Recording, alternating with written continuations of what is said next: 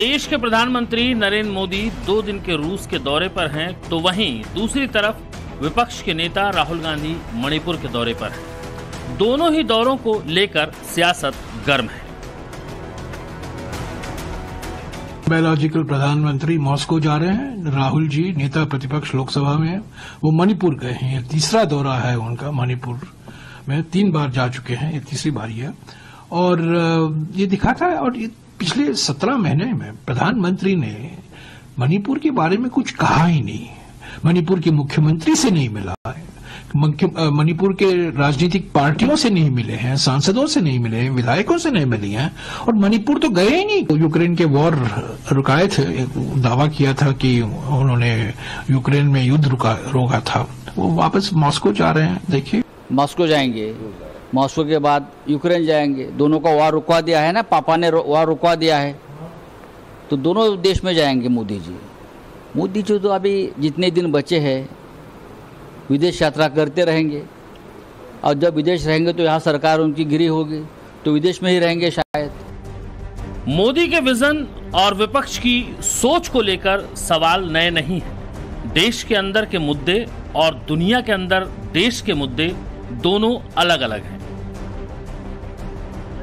इसे विपक्ष कब और कैसे समझेगा, ये समझ से परे है। प्रधानमंत्री जी की मॉस्को विजिट का जो मकसद है वो कंस्ट्रक्टिव है, और पप्पू जी की मणिपुर विजिट की मंशा जो है वो डिस्ट्रक्टिव है।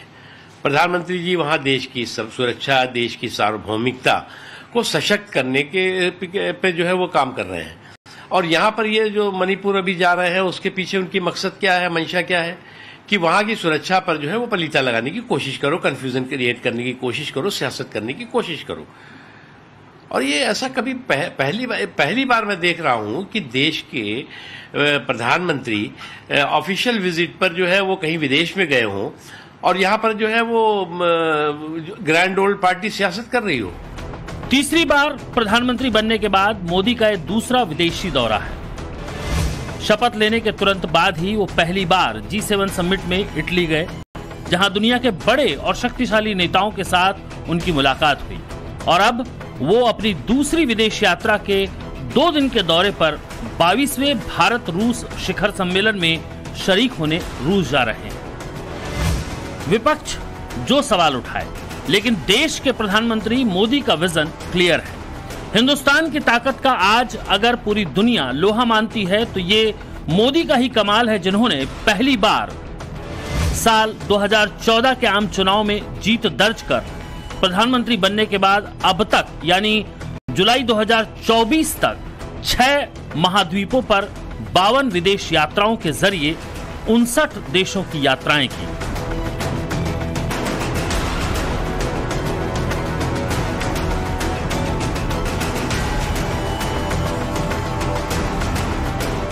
प्रधानमंत्री मोदी की इस यात्रा के क्या मायने हैं, पश्चिम के देशों पर इस यात्रा का क्या असर होगा, इस यात्रा से चीन को क्या सबक देगा भारत, इन सवालों का जवाब हम इस रिपोर्ट के माध्यम से जानेंगे। लेकिन देश के अंदर विपक्ष में बैठी परेशान कांग्रेस को मोदी की इस महत्वपूर्ण यात्रा से जो बेचैनी हो रही है, जरा उसे सुन लेते हैं। उनसे 3 सवाल पूछे।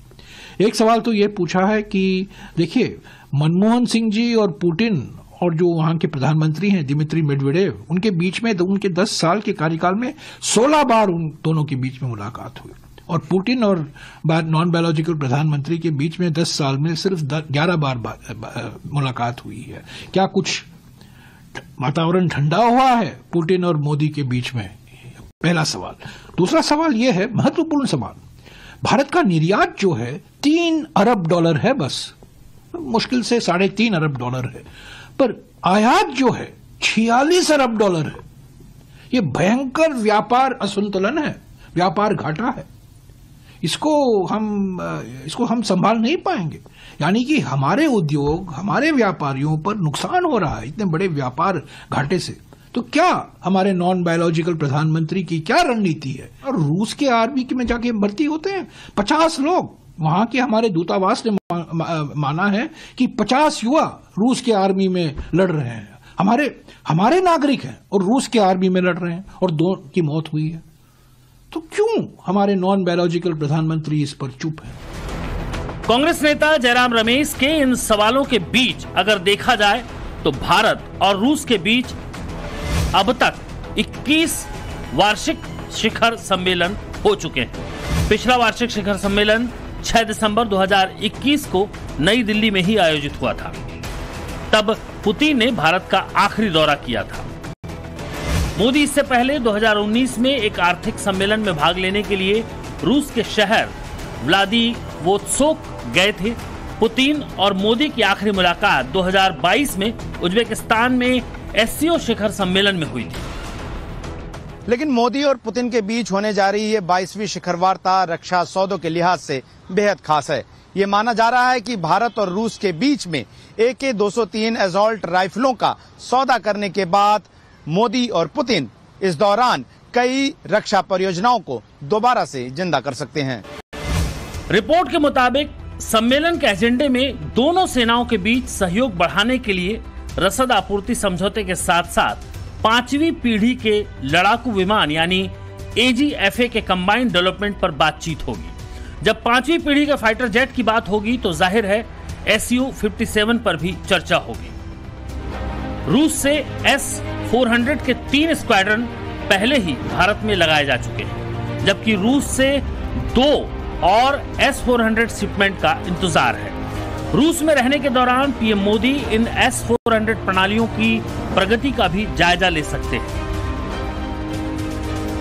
दरअसल ये रक्षा सौदे इसलिए महत्वपूर्ण है क्योंकि रूस यूक्रेन युद्ध के बाद कुछ महत्वपूर्ण रक्षा समझौतों पर हस्ताक्षर करने में रुकावट आ गई। उम्मीद की जा रही है कि पीएम मोदी के दौरे से इसमें तेजी आएगी। साथ ही साथ परमाणु ऊर्जा के सहयोग पर खास बातचीत भी इस द्विपक्षीय वार्ता के एजेंडे में शामिल है। खास बात यह है कि प्रधानमंत्री की रूस यात्रा से ठीक पहले रूसी रक्षा दिग्गज और रोस्टेक स्टेट कॉर्पोरेशन की विंग JSC रोसोबोरोन एक्सपर्ट ने भारत में 3 VBM-17 मैंगो कवच पियर्सिंग फिट स्टेबलाइज्ड डिस्कॉर्डिंग सबोट राउंड का प्रोडक्शन शुरू किया है। इन राउंड्स को मिश्रित कवच से लैस बख्तरबंद वाहनों को भेदने के लिए डिजाइन किया गया है, जो फ्यूचर वॉर टेक्निक में एक खास स्थान रखते हैं। ये पहल एक गहरी होती भारत रूस साझेदारी का प्रतीक है। रूस और भारत का रिश्ता न सिर्फ पुराना है बल्कि दोनों के बीच संबंध भी दोस्ताना रहे हैं। लेकिन बदलते अंतर्राष्ट्रीय परिदृश्य में भारत की अमेरिका समेत पश्चिमी देशों से करीबी को हथियार बनाकर भी और बढ़ती सैन्य ताकत चीन के लिए चिंता जरूर बनेगी और भारत भी इस मुलाकात के बहाने चीन को ये संदेश देना चाहेगा। लेकिन ये प्रधानमंत्री मोदी की शख्सियत ही है जो ऐसे वक्त में रूस के दौरे पर है जब पूरी दुनिया की नजर रूस और यूक्रेन के बीच हो रहे युद्ध पर टिकी है, खासकर पश्चिम की नजर। हाल ही में हंगरी के प्रधानमंत्री विक्टर ओरबान ने रूस की राजधानी मॉस्को में रूसी राष्ट्रपति व्लादिमीर पुतिन से मुलाकात की थी।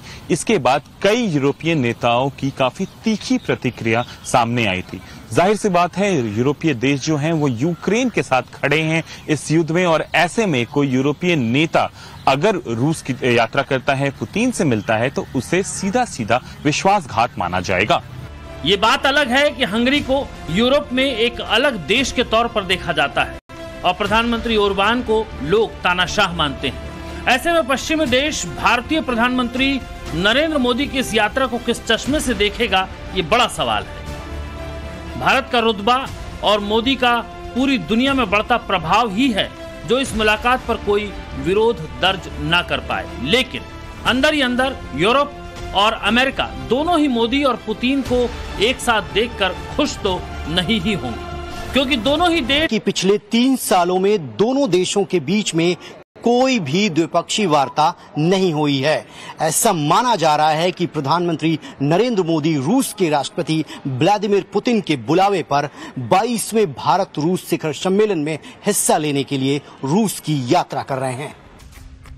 लेकिन दुनिया का जो रुख रहे, मोदी का स्टैंड क्लियर है। और वैसे भी रूस से भारत की दोस्ती पुरानी है। हर मुश्किल हालात में सोवियत रूस भारत के साथ खड़ा रहा था। वो सोवियत रूस ही था जिसने 1965 में भारत और पाकिस्तान के बीच ऐतिहासिक ताशकंद समझौता कराया। वक्त आगे बढ़ा तो नीतियां बदली। साल 2000 में पहली बार पुतिन जब राष्ट्रपति चुने गए, उसके बाद से दोनों देशों ने रणनीतिक साझेदारी के तहत रक्षा, अंतरिक्ष और आर्थिक समझौतों के घोषणा पत्र पर हस्ताक्षर किए थे, जो आज तक चल रहे हैं। वैसे भी भारत की विदेश नीति रणनीतिक स्वायत्तता और राष्ट्रीय हित पर आधारित रही है। ऐसे में दुनिया का रुख कुछ भी रहे, भारत की लाइन लाउड और क्लियर है। For more of such videos, do like, share and subscribe to ET Now Swadesh.